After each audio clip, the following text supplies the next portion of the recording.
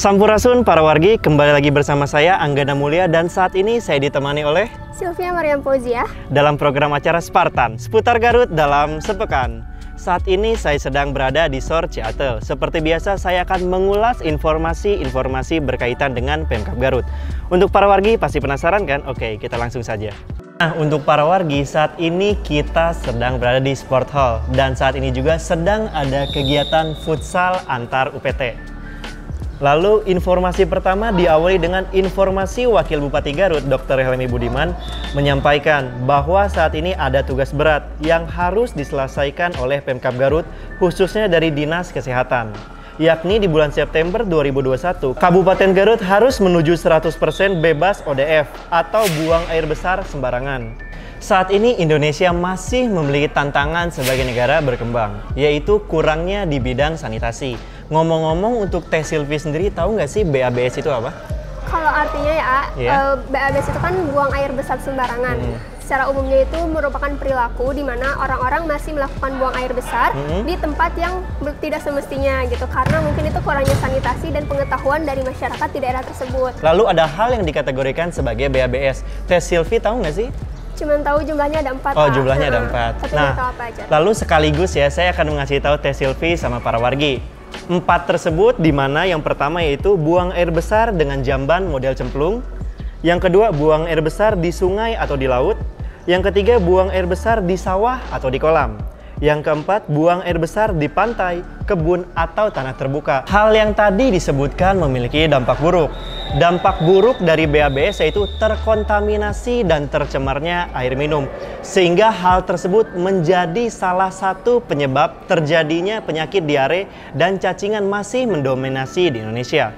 Lalu di Kabupaten Garut sendiri, dari 42 kecamatan, hanya 5 kecamatan yang terbebas dari BABS. Hal ini dalam informasi selanjutnya, Bupati Garut menyampaikan bahwa tahun depan Kabupaten Garut harus terbebas dari BABS. Jika masih ada kecamatan yang belum terbebas dari BABS, camat yang bersangkutan akan mendapatkan sanksi.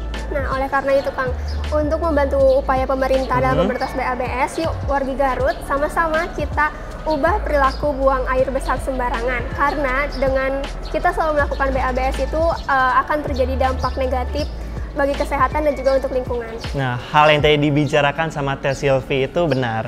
Salah satu kita untuk menghilangkan kebiasaan ini yaitu berada di kesadaran masyarakat itu sendiri. Untuk berita selanjutnya, yaitu Kabupaten Garut siap laksanakan vaksinasi tahap kedua untuk pelayan publik dan lansia. Kepala Bidang Pengendalian Pemberantasan Penyakit atau P2P, Dinas Kesehatan Garut yaitu Asep Surahman mengatakan bahwa untuk tahap pertama, putaran pertama vaksinasi sudah selesai di kisaran angka 89%. Sedangkan untuk putaran 2 di kisaran 39%. Kabupaten Garut untuk pelaksanaan vaksinasi kepada lansia membutuhkan sekitar 3.700 vaksin. Sedangkan untuk pelayan publik di Kabupaten Garut membutuhkan sekitar angka 73.000. Sedangkan vaksin yang tersedia hanya sekitar 20.000. Maka dari itu, pihaknya akan membuat strategi untuk vaksinasi pelayan publik ini. Di sisi lain, Wakil Bupati Garut, yaitu Helmi Budiman, menyampaikan bahwa vaksinasi tahap pertama berhasil karena sudah mendekati angka 100%. Nah, lalu vaksinasi tahap kedua ini dilakukan untuk memberhentikan rantai penyebaran COVID-19 yang saat ini berfokus pada pelayan publik. Ngomong-ngomong nih, pelayanan publik itu termasuk apa aja sih, Teh Sylvie? Ada banyak sekali Kang yang termasuk ke dalam pelayanan publik. Di antaranya yang pertama ada lansia, lalu ada pedagang, ada tenaga pendidik, ada tokoh agama, lalu pejabat, pemerintah dan ASN. Selanjutnya ada juga pekerja transportasi publik, pegawai wisata, hotel dan restoran, lalu damkar, BUMN, perangkat daerah, BUMD, BPJS, dan BPDB. Lalu ada keamanan, atlet, dan wartawan atau pekerja media. Nah Kang, untuk pelayan publik ini, bagi para wargi yang belum tahu apa itu pelayan publik, pelayan publik adalah orang-orang mereka yang bekerja dalam bidangnya itu dengan memberikan jasa atau produknya untuk secara langsung melayani masyarakat gitu. Maka dari itu sangat penting pelayan publik ini mendapatkan vaksin terlebih dahulu gitu. Nah, vaksinasi ini memiliki manfaat yang jauh lebih besar dibanding dengan resiko atau efek samping yang akan ditimbulkan. Nah, tapi perlu diingat ya para wargi, meskipun sudah divaksinasi, tetap harus menjalankan protokol kesehatan yang 3M itu. Di antaranya adalah mencuci tangan, memakai masker, dan juga menjaga jarak di kerumunan. Tapi ngomong-ngomong nih Teh Silvi, tadi kan disebutkan 3M ya. Kalau saat ini udah berubah nih jadi 5M. Oh iya, apa aja tuh Kang yang 2? Nah, yang 5M nih 2 lagi menambah jadi membatasi interaksi dan mobilitas. Dan yang terakhir itu menjauhi kerumunan.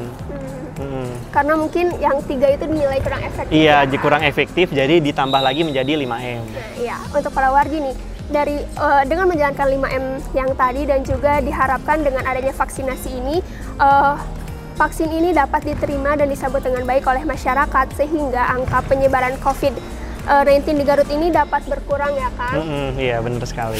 Informasi ketiga adalah Wakil Bupati Garut Dr. Helmi Budiman menghadiri kegiatan screening dan evakuasi ODGJ atau orang dalam gangguan jiwa di Klinik Atma, Kecamatan Karangpawitan, Kabupaten Garut, Kamis lalu. Klinik Atma sendiri merupakan klinik khusus untuk merawat ODGJ di Kabupaten Garut. Pendirian klinik ini berdasarkan adanya data ODGJ di salah satu kecamatan yang sangat tinggi dan kesulitan jika ingin melakukan perawatan. Dengan adanya klinik ini memudahkan pasien ODGJ untuk melakukan perawatan. Para pasien ODGJ yang diberangkatkan ke Bogor melalui beberapa tahap, mulai dari tahap pemberkasan sampai dengan tahap penandatanganan keluarga terkait. Tujuan akhir dari kegiatan ini yaitu adanya pelayanan kesehatan jiwa. Dr. Helmi menargetkan tidak ada lagi ODGJ yang dipasung di Kabupaten Garut karena apapun penyakitnya manusia harus tetap dimanusiakan. Lalu untuk para wargi nih ada 4 hal yang harus dilakukan jika di wilayahnya terdapat pasien ODGJ. Mungkin Teh Silvi tahu 4 hal tersebut? Ya, 4 hal tersebut adalah yang pertama, bawa pasien ke fasilitas kesehatan. Yang kedua, jangan lupa berikan obat untuk pasien. Lalu yang ketiga, berdayakan pasien di masyarakat, jadi jangan diasingkan. Lalu yang terakhir, masyarakat menerima kembali para penderita ODGJ. Nah, semoga dengan adanya program ini dapat membantu pasien yang terkena ODGJ. Dan juga untuk para wargi nih, ODGJ bukanlah sebuah aib, tetapi sebuah penyakit yang harus diobati agar adanya kesembuhan. Untuk para wargi, tadi kita sudah berada di Sport Hall atau gedung yang diperuntukkan untuk olahraga permainan, mulai dari futsal, basket, dan olahraga lainnya. Nah, kalau sekarang kita lagi ada di gedung apa nih Kang? Nah, untuk para wargi yang belum tahu, saat ini kita sedang berada di Gor Bela Diri atau yang sering diperuntukkan untuk semua cabang bela diri. Nah, ngomong-ngomong untuk Teh Silvi sendiri pernah mengikuti bela diri nggak? Kalau bela diri nggak bakat sih Kang. Oh, nggak bakat. Jadi... Kalau saya sih pernah ikut pencak silat, tapi cuma sehari sih. Kenapa tuh? Sakit badan ya? Enggak juga. Nah, untuk berita yang keempat datang dari Dinas Pemuda dan Olahraga Kabupaten Garut yang mengadakan kegiatan seleksi diklat sepak bola gameplay, yaitu seleksi terbuka sekolah sepak bola pelajar Kabupaten Garut yang digelar di lapangan sepak bola Jaya Raga. Nah, Kepala Dispora Kabupaten Garut yaitu Usep Basuki Eko berharap kepada peserta seleksi menjadi kebanggaan bagi Kabupaten Garut. Selain itu, kegiatan ini bisa jadi tolak awal untuk menjadi seorang pemain sepak bola nasional maupun internasional. Kegiatan seleksi ini digelar untuk Popilda atau Pekan Olahraga Pelajar Wilayah Daerah yang akan dilaksanakan pada tahun 2022 mendatang. Sasaran dari seleksi ini adalah pelajar yang memiliki tahun kelahiran 2005 dan seterusnya. Dalam seleksi ini diambil 30 orang pemain terbaik dari 99 peserta yang mengikuti seleksi. Kegiatan seleksi ini ditujukan untuk Popwilda tahun 2022. Nah, semoga dengan adanya seleksi ini dapat menjadi titik awal kebangkitan prestasi sepak bola di Kabupaten Garut. Kabar tadi sekaligus menutup acara kita hari ini. Untuk para wargi, jangan lupa follow akun sosial media kami di bawah ini. Saya Anggana Mulia. Dan saya Sylvia Mariam Fauzia. Spartan, seputar Garut dalam sepekan.